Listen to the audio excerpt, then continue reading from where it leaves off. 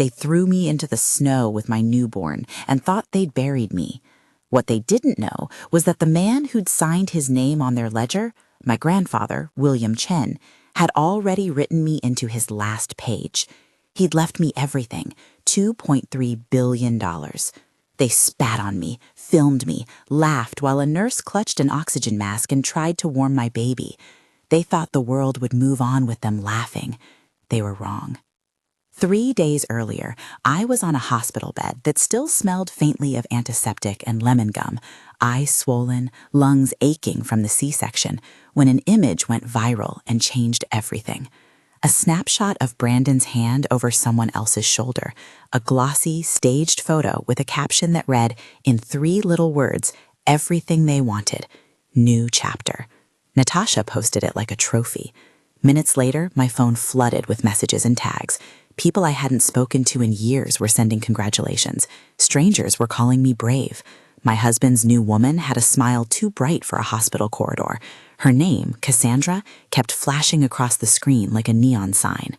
By the time the Kingstons arrived, I already felt like I was watching myself from the outside. Helena's heels clicked on the tile before she did. She smelled like gardenia and the kind of certainty you buy with a private jet. Gregory, in his tired, polite way, looked like a man who'd never been told no. Brandon's face was all carefully practiced remorse. Natasha held a phone in her hand and wore her smugness like a shawl. They didn't come to check on me. They came to take the story out of me. They stood over my bed and told me I was a liability. They said I had no place in their future. They told me casually that the baby was a complication. Brandon read bullet points off Helena's phone as if he were reciting grocery lists. A prenup here, an allegation there, a hastily pulled medical concern that required I sign some documents. I was on morphine. My hands trembled from the incision. Nurses hovered, uncomfortable, because what do you do when a family storms a hospital room and the matriarch tells the staff they'd like everything expedited? They put a paper in front of me and leaned in like predators. I didn't read every line. I couldn't. But they told me what it was. A settlement, a waiver, a document for the child's protection. Helena's voice was ice. Sign this, Mean. It's cleaner for everyone. You'll thank us later. Natasha filmed, whispering commentary for an audience we all pretended was invisible. Brandon's jaw tightened between the lines of his apology. He said, we'll figure it out.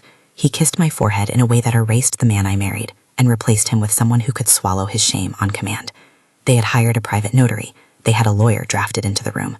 Coercion wears a suit and smells faintly of cologne. I signed because I was exhausted and because they made it seem inevitable. I signed because the nurse had already told me the baby needed to be moved for observation, and because I trusted, stupidly, that the legal system would spot a foul play later. I signed because at 3 a.m, after surgery, with someone else's breath heating the back of your neck, you do what keeps your child breathing. Then they dragged me outside. You don't forget the first time snow hits your bare foot. It was a slap and then a sear. My gown flapped open and skin met winter air, and the sound of my baby's cry cut across the parking lot like a small animal keening. Natasha laughed. What a story, she said into the camera, gone with the wind. A man from the Kingston household threw a blanket at Luna and me like we were trash to be discarded. Another pushed me down a shallow slope and shoved the borrowed blanket over Luna's tiny face like a cruel joke. Someone said she'll freeze, she won't hold. They wanted a scene. They wanted damage to be undeniable. I remember the cold as sharp as glass and the weightlessness of a mind that was giving up in the most practical way. I remember thinking with the fierce, simple clarity of someone whose body is shutting down, that if Luna died out there, if they got what they wanted, nothing would be left of me to fight. Then a pair of boots and a voice that was not theirs broke through the chaos. He was an unlikely rescue. Mr. Harrison's driver, I would later learn, had been following me on the way to the hospital because Mr. Harrison moves with the instincts of someone who knows how to step into a storm and make it stop. He bundled me, called for an ambulance, and did the thing hospitals are supposed to do, but that night did not. He protected my child. I woke up later with monitors and a man in a tie holding my hand. Mr. Harrison, the executor of William Chen's estate, a man I had only met once at a family dinner years before lines of property and protocols took precedence over people. He didn't lecture. He told me 2 facts, plain and direct. 1, William Chen had left directives in his will, directives that named me as his primary beneficiary. 2, someone had been tampering with the paperwork around my life for a long time, and they had used lies to make themselves look like the injured party. "You were the last person to see him happy, Mean," he said quietly. "He wanted you to have security. He wanted Luna to have security." In the hush of my hospital room, it felt like someone had turned a page to a chapter I hadn't realized existed. At first, I thought it was a pity play. The old man felt sorry and decided to give me money to quiet the newspapers. But Mr. Harrison had been around lawyers and ledgers his whole life. He didn't give pity. He gave paperwork. He showed me the will, the codicils, the list, trusts, charitable directives, contingencies. William had been meticulous. He had accounted for ruin, for vultures, and for the kinds of small cruelties families can manufacture when they want to steal inheritance like furniture. He had put safeguards in place, and more importantly, people like Mr. Harrison to stand them up. He told me something else, something that shifted the fight into a different gear. The DNA they used in their arguments, the one they waved around like a juror's gavel to suggest Luna didn't belong to our unit, was suspect. The lab reports had been doctored. The person they paraded, Cassandra Thompson, also known as Candy in a half-dozen online aliases, had a history not of love, but of construction, carefully engineered identities, forged documents, a trail of small cons that escalated when she found wealthy targets. This was a story I listened to in pieces, like meteorological forecasts of an incoming storm. Someone was gathering clouds. Mr. Harrison told me that the Kingstons were not as invincible as they seemed. Debts existed. Reputations were vulnerable to the right pressure. He suggested a route that did not involve fistfights or midnight threats. It involved money, patience, legal maneuvers, and crucially, proof. "You're not a charity case, Mean," he said. "You're the one with leverage. William left you not just money, but the means to protect yourself. Use it. Buy the leverage. Don't beg to keep what's yours." That line, "buy the leverage," became the first industrious thought I carried out of that hospital room. They call it transformation. I call it practical education. For 2 months, while headlines held their breath and the Kingstons tried to make the world believe what they wanted to be true, I learned how power actually moves. I stopped answering the phone personally and started letting Mr. Harrison's team answer it. I read balance sheets that looked like foreign languages until they no longer did. I met with bankruptcy lawyers, corporate turnaround specialists, and a woman named Lena who had the detoxified stare of someone who'd reclaimed billion-dollar companies from people who thought they owned everything. I got a class in acquisitions, how to buy the debt that binds a family business together, and how to use that debt as a lever to force the sale of assets. If you can own the paper that says someone owes money, you can orchestrate a quiet auction of their pride. I learned about secured creditors and liquidation, about how an unassuming memo can, if timed right, collapse a dynasty. We started with the simplest thing. The Kingston family had a line of credit secured by a number that could be turned into a sale if someone called it in. Me and Mr. Harrison's team did the math. We put aside a portion of the trust as leverage capital. We didn't go secretive. We filed with attorneys. We moved through banks. We acquired notes in full, like a corporate surgeon buying a scalpel. Within weeks, my name was listed as a creditor to companies the Kingstons had been using to hide cash and prestige. The irony tasted sweet. But legal pressure alone would not do it. They had already weaponized appearances and documentary lies. If I wanted to take back everything, I needed the truth to look like truth in front of cameras, to have a chain of custody, to be backed by lab verifications and subpoenas. I needed investigators who understood how to find what was invisible. So I hired 2, a woman named Rosa, who used to work fraud cases for an international bank, and a man, Art, who had been a cyber forensics lead on cases that landed people in cages. Rose's job was old-fashioned: legwork, tracking receipts, following pain points. Art's job pulled at threads on screens, recovering deleted messages, tracing where files came from. They worked like surgeons at night and like stage directors in the day. They found me a pattern. Cassandra Thompson's money wasn't all her own. There were payments from shadow accounts, wire trails to a private clinic outside the city, and a most troubling detail: a storage unit leased for a year and then abandoned with a vague signature and a rented name. Art could give me the technical thread. He could show IP addresses and times.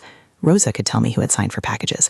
But both of them insisted that if we were going to bring this into the light and have anyone believe it, we needed evidence with edges, something that smelled like a mistake, something a human being makes when they get careless. That mistake came from a dog.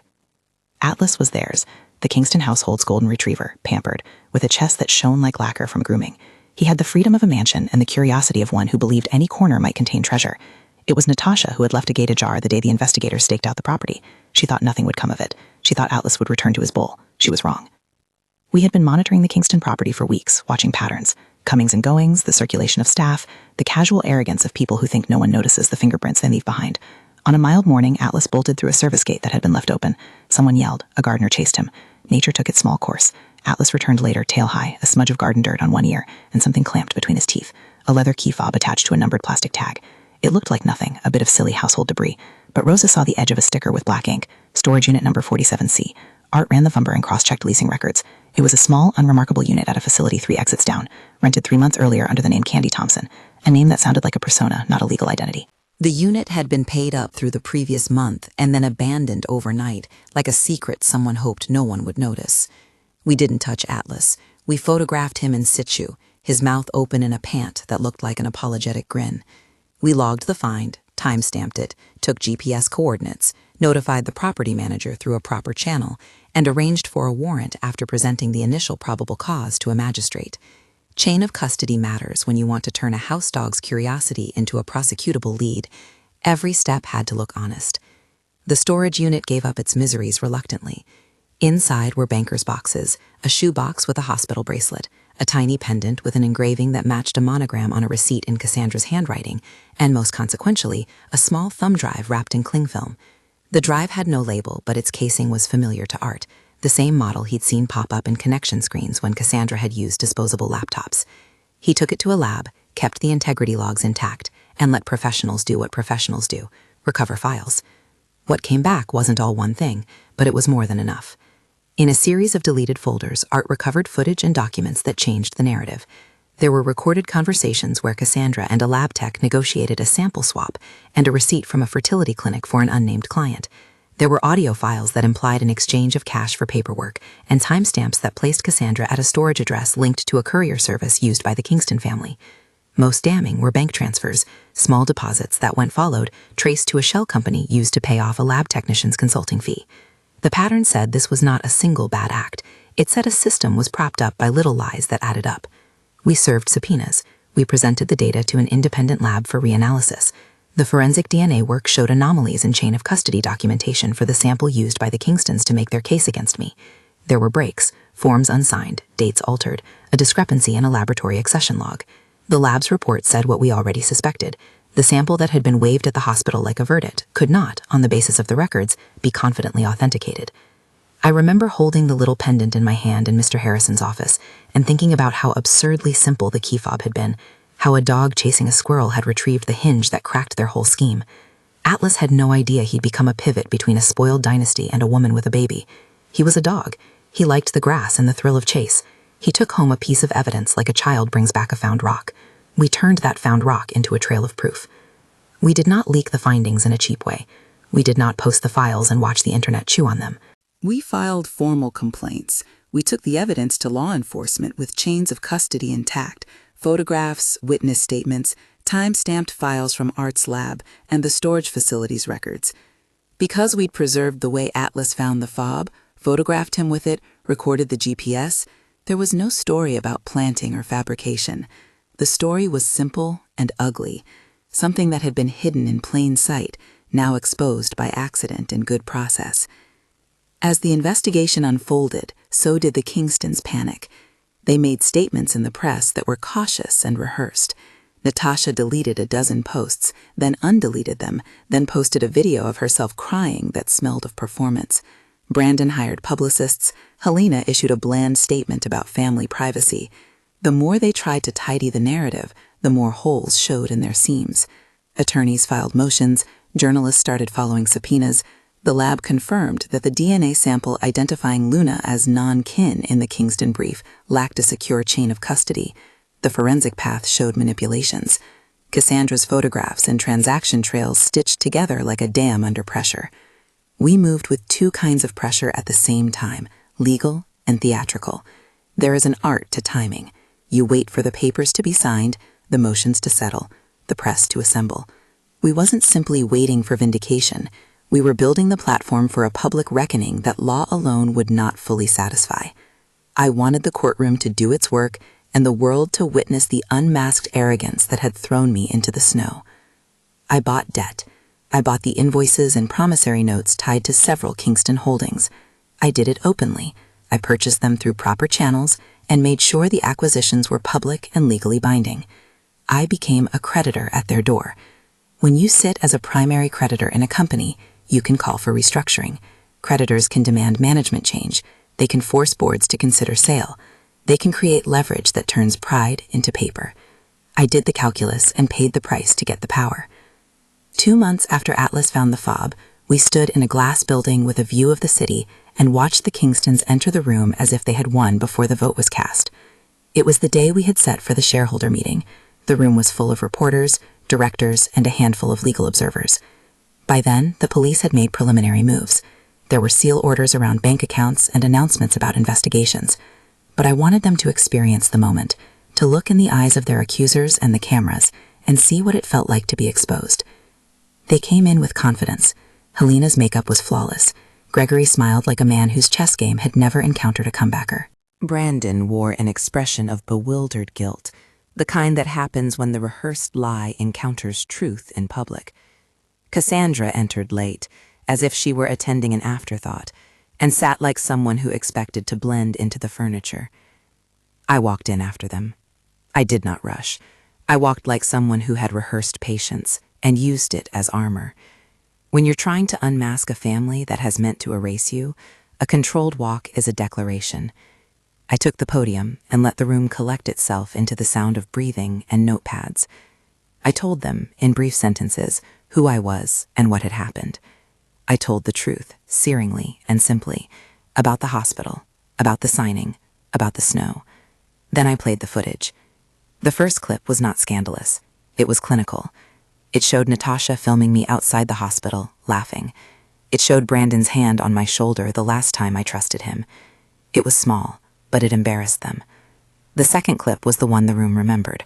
Grainy footage from a courier camera recovered from Art's work, showing Cassandra exchanging an envelope with a lab courier behind a clinic door. It was a bureaucratic exchange, but the logistics told the story of collusion. I didn't have to shout. I let the law do its heavy lifting. I presented the storage unit receipts, the bank transfers, and the lab analyses.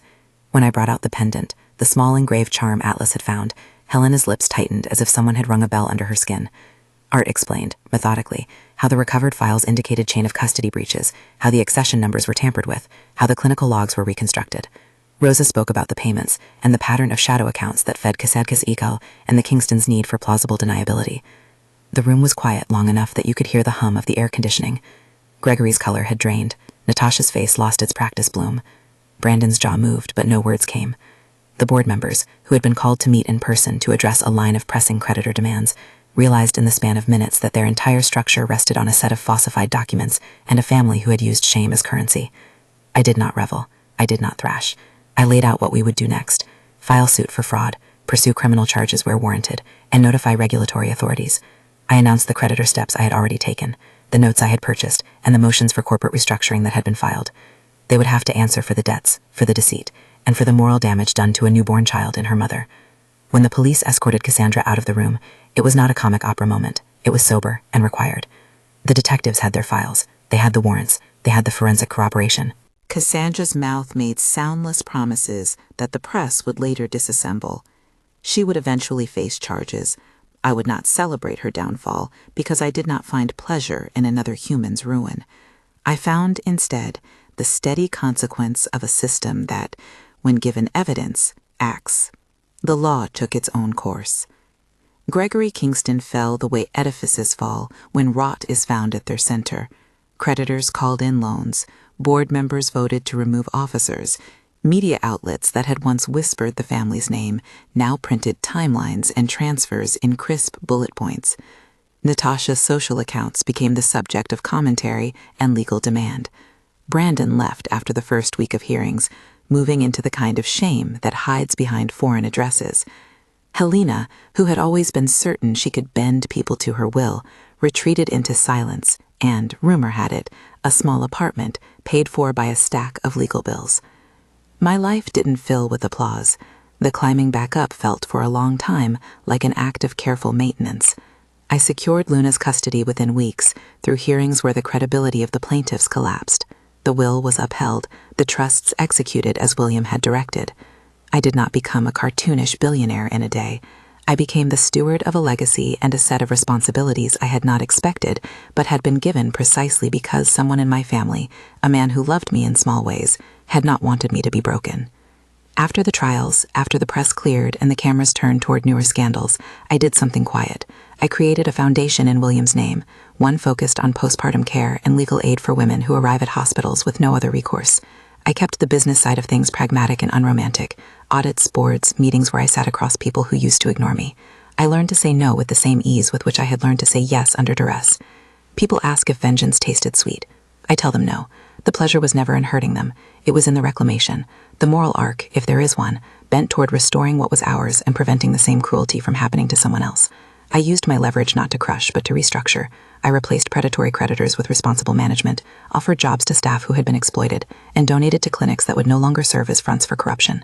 Atlas, the household dog who had no idea he'd become an instrument of truth, was never mine, but I paid for his vet bills once, a small kindness, and posted a photo of him with a caption that said simply, "Sometimes truth comes with 4 paws."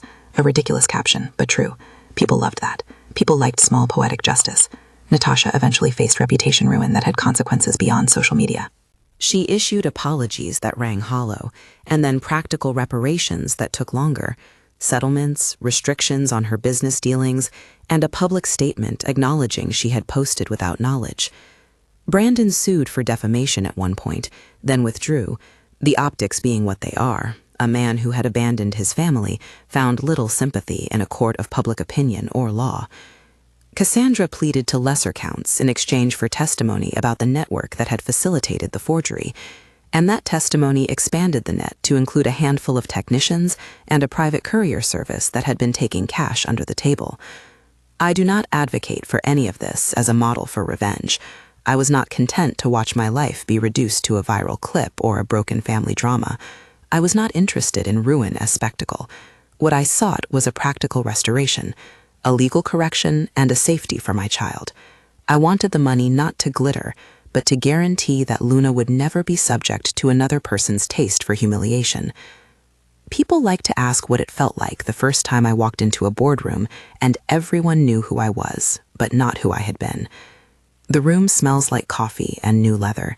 It smells like calculation and the clean cold of windows overlooking a city that keeps turning whether you win or lose. I felt the small thrill of competence. I felt also the weight of responsibility. There is no comeback without maintenance. There is no power without watchfulness. There are moments I still visit, in quiet and unwilling confession. The sound of Lunar's cry in the snow, the sting of cold on my bare foot, the way Natasha's laugh sounded like someone enjoying a private joke. Those moments are small weapons against forgetting. They are reminders of why I made the choices I did. I do not wish them to anyone. They hardened me into someone both gentler in my private life and unrelenting in defense of what is mine. People ask if I forgive. Forgiveness is a private transaction. I do not broadcast my absolution. I allow justice to do the work it is designed to do. I do not seek vengeance as a hobby. I seek accountability, transparency, and a world where a hospital room is not a courtroom. You might wonder whether the dog is the hero of the story. He is not. He is an instrument of chance that, when met with honest work and a willingness to follow the thread, revealed a pattern of deceit. Atlas nudged a key fob into our lives. Rosa, Art, Mr. Harrison, the forensic lab, and the legal file editors turned what we found into actionable truth. My role was simple in its ambition, to use every lawful tool to reclaim what belonged to my family. We rebuilt from the smart parts up.